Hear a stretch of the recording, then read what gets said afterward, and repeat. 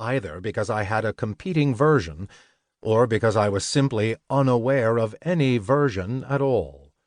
Even though I had studied history in college and continued to read almost exclusively non-fiction histories and biographies, I grew increasingly aware of these differences in historical understanding.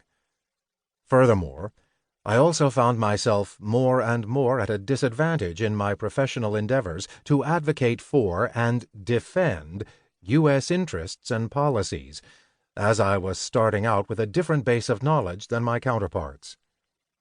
Pushback from my exchanges would occur with a lesson in history that, because of my own ignorance, was hard to counter. As I reflected on my career, I noticed that this historical gap manifested itself differently in the various countries where I served. In South Africa, for example, I tended to graft my history onto theirs. In Canada, I accepted that I simply did not know.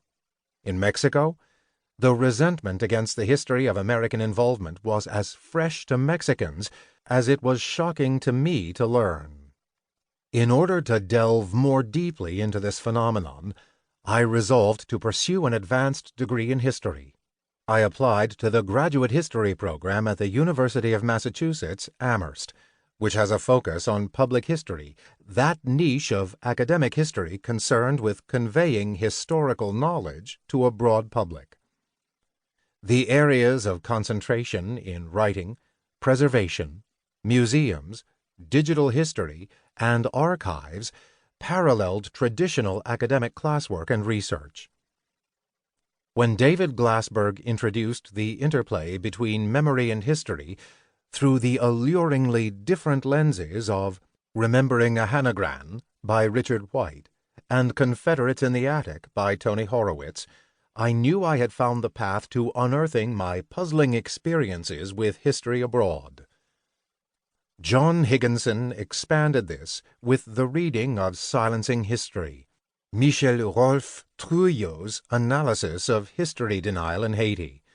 The idea of a book came in a writing class with Marla Miller, and my two workshop colleagues, Amy Bremeyer and Trent Masiki, gave the first real encouragement to going through with the whole project.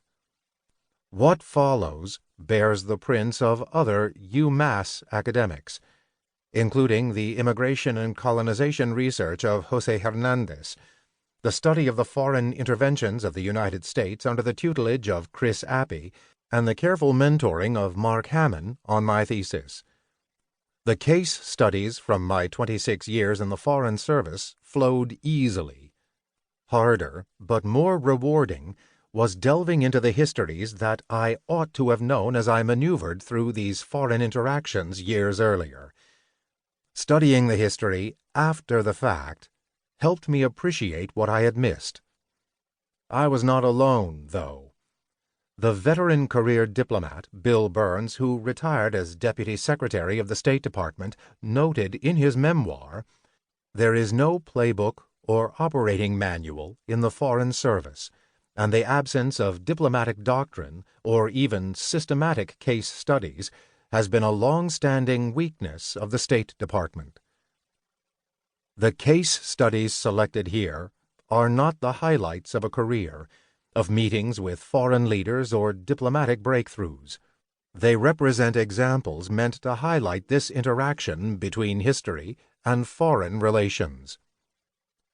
Two separate chapters on Mexico demonstrate the presence of the past of 1. A war fought over 170 years ago, and 2. The impact of a long history of border crossings on immigration policies in the United States. Not knowing, or, unfortunately, even caring about Canada's history limits the prospects of what ought to be the closest, most mutually beneficial partnership the United States could enjoy. The difficult, painful history of race relations in the United States is no less complicated in the two cases presented here.